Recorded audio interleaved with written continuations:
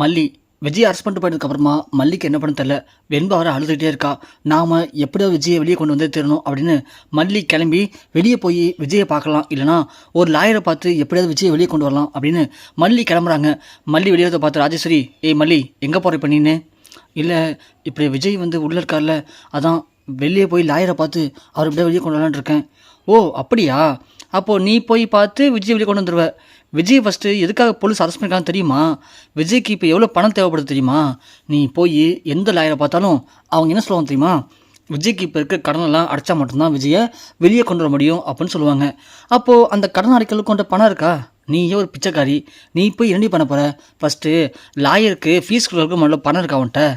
சொல்லு பார்க்கலாம். இங்கே பாரு, உன் தகுதி என்ன, உன் தராதரம் என்னன்னு முதல்ல புரிஞ்சுக்க மல்லி. சும்மா பெரிய வீட்டில் இருக்கோம் அப்படின்னு நினச்சிக்கிட்டு அதுக்கேற்ற மாதிரியே நடந்துக்கணும்னு நினைக்காத. நீ என்னைக்கு இந்த வீட்டுக்குள்ளே வந்தியோ அன்னைக்கே விஜய்க்கு தரித்திரம் ஆரம்பிச்சிருச்சு. அதுலேருந்து விஜய்க்கு ஏகப்பட்ட பிரச்சனை.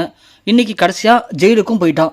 இதுக்கு மேலே நீ இன்னும் போயிட்டு விஜயை காப்பாற்ற போன்னு சொல்கிறியே, எதுக்கு மல்லி இந்த நாடகம் உனக்கு? இங்கே பாரு, விஜயை இப்போது வெளியே கொண்டு வரணும் அப்படின்னா அது என்னால் மட்டும்தான் முடியும். அதை ஃபஸ்ட் நீ புரிஞ்சிக்க. விஜயை வெளியே கொண்டு வரதுக்கு என்னை விட்டால் வேறு ஆளே கிடையாது. அப்படின்னா தயவு செஞ்சு விஜயை வெளியே கொண்டு வந்துருங்க மேடம். பாவம் வெண்பா ஏற்கனவே விஜய்ன்னு சொல்லி அழுதுகிட்டு இருக்கா. பார்க்கவே பாவமாக இருக்குது. விஜய் ஜெயிலுக்கு போயிட்டாரு. Please madam.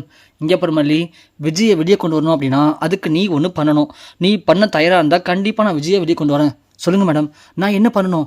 என்ன பண்ணணுமா? ஒன்றும் இல்லை மல்லி, விஜய் வெளியே கொண்டு வரணும்னா நீ எனக்கு இந்த டிவோர்ஸ் பத்திரத்தில் கையெழுத்து போட்டுட்டு வீட்டை விட்டு போயிட்டே இரு. நான் விஜயை வெளியே கொண்டு வந்துடுறேன். இல்லை அப்படின்னா விஜய் வெளியே வரவே மாட்டான். மல்லிக்கு இங்கே என்ன பண்ண தெரியல, நேராக காலில் விழுந்து அழுகுறாங்க. Please madam, please madam.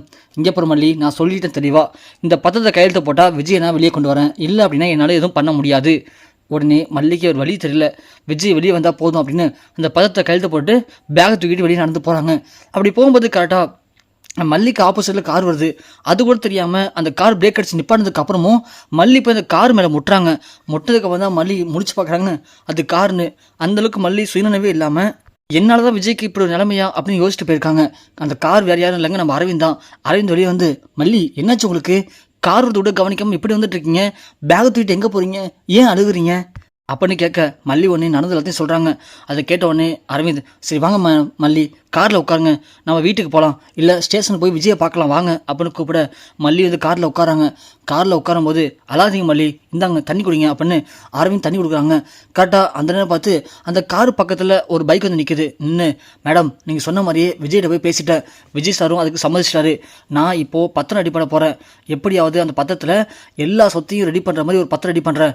அதை விஜய் சாருக்கு தெரியாமல் கையெழுத்து வாங்கி எல்லா சொத்தையும் உங்கள் பேருக்கு மாற்றிடுறேன். ஆனால் நீங்கள் சொன்ன மாதிரியே எனக்கு அந்த செட்டில்மெண்ட் மட்டும் கரெக்டாக பண்ணிவிடுங்க மேடம். அதை நம்பி தான் நான் நிறையா பிளான் பண்ணி வச்சுருக்கேன் அப்படின்னு நம்ம குணசேகரன் பேசிகிட்டு இருக்கத நம்ம அரவிந்த் காரில் வாங்குறாங்க.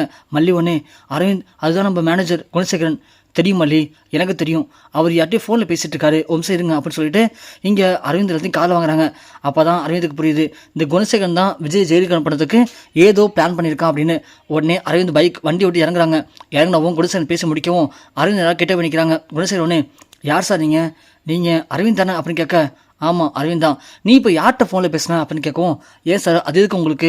இங்கே பாரு, இப்போது விஜய் ஜெயிலுக்கு போயிருக்காரு, நீ யார்ட்டையோ விஜய்கிட்ட சொத்தெல்லாம் மாற்றி உங்களுக்கு தந்துடுறேன்னு சொல்லி பேசிட்டு இருந்த, யார்கிட்ட பேச சொல்லியா அப்படின்னு சொல்ல டக்குன்னு அரவிந்த் தள்ளி விட்டு வண்டி ஸ்டார்ட் பண்ண ட்ரை பண்ணாரு குணசேகரன். ஆனால் அரவிந்த் ஓடி வந்து வண்டியை பிடிச்சிடறாங்க. பிடிச்சி குணசேகரனை வெளியே இழுத்து 4 பழம் அற போடுறாங்க. அற போடவும் குணசேகரன் ஃபோனு கீழே விழுது. மல்லி ஒன்று இந்த குணசேகரன் ஃபோன் எடுத்து பார்க்குறாங்க. பார்த்தா அதில் ராஜேஸ்வரி நம்பர். அரவிந்த் ராஜேஸ்வரி தான் இவர் பேசியிருக்காரு அப்படின்னு சொல்ல உடனே அவங்க பேசின கால் ஹிஸ்ட்ரி செக் பண்ணி பார்க்குறாங்க. பார்த்ததில் இவர்கிட்ட அடிக்கடி ராஜேஸ்வரிக்கு கால் பேருக்கு, அது மட்டும் இல்லை கால் பேச எல்லாமே ரெக்கார்ட் ஆகிருக்கு. எல்லா ரெக்கார்டையும் போட்டு பார்க்குறாங்க. பார்த்தா அப்போ தான் மல்லி அப்புறம் நம்ம அரவிந்த் எல்லாருக்கும் உண்மை தெரியுது. ராஜேஸ்வரி தான் தெளிவாக பிளான் பண்ணி இந்த குணசேகரன் மூலியமா விஜயை ஜெயிலுக்கு அமைச்சிருக்காங்க அப்படிங்கிறது நல்லாவே புரியுது. எதுக்கு அப்படி பண்ணீங்க சொல்டா அப்படின்னு அரவிந்த் அடிக்க குணசேகரன் ஒன்று எல்லா உண்மையும் சொல்லிடுறாரு. சார் சார் சார் நான் வெறும் 50 தான் சார், என்னை ஏவி விட்டது அந்த ராஜேஸ்வரி மேடம் தான். அரவிந்த் சார்ட்ட இருக்கிற விஜய் சார்ட்ட இருக்கிற எல்லா சொத்தையும் பிடிங்கிட்டு மல்லி இந்த வீட்டை விட்டு துரத்தணும், அதுக்கப்புறமா விஜயை தனக்கு அடிமையாக வச்சுக்கணும் அப்படின்னு மேடம் ஆசைப்பட்டாங்க. அதுக்காக தான் இவ்வளோ வேலையும் பார்த்தாங்க. மற்றபடி எனக்கு இதுக்கு சம்மந்தம் இல்லை சார். அவங்க சொன்னாங்க நான் செஞ்சேன். பணத்துக்கு ஆசைப்பட்டு இப்படி செஞ்சுட்டேன் சார். என்னை மன்னிச்சிருங்க சார் அப்படின்னு கெஞ்சுறான். உடனே அரவிந்த் அந்த குணசேகரன் எடுத்துக்கிட்டு மல்லி லட்சுமி நேராக ஜெயிலுக்கு போகிறாரு. போயிட்டு விஜய்கிட்ட போயிட்டு இங்கே குணசேகரன் பண்ண எல்லா திட்டத்தையும் சொல்கிறாரு அரவிந்த். சொன்ன உடனே விஜய் சமாளிச்சு வராரு. அப்போது எல்லாத்துக்கும் காரணம் என் அக்காவா அப்படின்னு கேட்டு இங்கே விஜயும் சமாளிச்சு வராங்க. உடனே அரவிந்த் போலீஸ் போய் பேசுகிறாங்க. லாயர் அழைச்சிட்டு வந்து இது மாதிரி விஜய்க்கு இன்னும் 2 நாள் டைம் கொடுங்க, அதுக்குள்ளேயே விஜய் இன்வெஸ்டருக்கு தர வேண்டிய எல்லா பணத்தையும் செட்டில் பண்ணிடுவார். இங்கே விஜய்க்கே தெரியாமல் விஜய்க்கு பெரிய அநியாயம் நடந்திருக்கு அப்படின்னு அந்த குணசேகரனை பிடிச்சி கொடுத்தது மட்டும் இல்லாமல் அந்த ஆதாரத்தெல்லாம் காட்டுறாங்க. அதை கேட்ட உடனே போலீஸ்காரங்களும் சரி உங்களுக்கு 2 நாள் டைம் தரேன், அந்த 2 நாளுக்குள்ளே நீங்கள் எப்படியாவது இந்த இன்வெஸ்டர் பிரச்சனையை முடிச்சிடணும், இல்லை அப்படின்னா திரும்ப நான் அவங்களை அரெஸ்ட் பண்ணிடுவோம் அப்படின்னு விஜயை வெளியே விடுறாங்க. வெளியே வந்த விஜய் நேராக கிளம்பி வீட்டுக்கு போகிறாரு. போயிட்டு இங்கே ராஜு சட்டை போட்டு காட்டுறாரு. இதெல்லாம் என்னது? அப்போது நான் உன்னை அக்காவை நினச்சேன், நீ என் தம்பி நினைக்கல, கடைசியில் நீயே கூட போகிற தம்பிக்கு இவ்வளோ பேர் துரோகம் பண்ணியிருக்கே, நீதான் ஒரு பொம்பளையா, நீதான் ஒரு மனுஷி அப்படின்னு காரி துப்பி வீட்டை விட்டு வெளியே அடித்து துரத்துறாரு நம்ம விஜய்.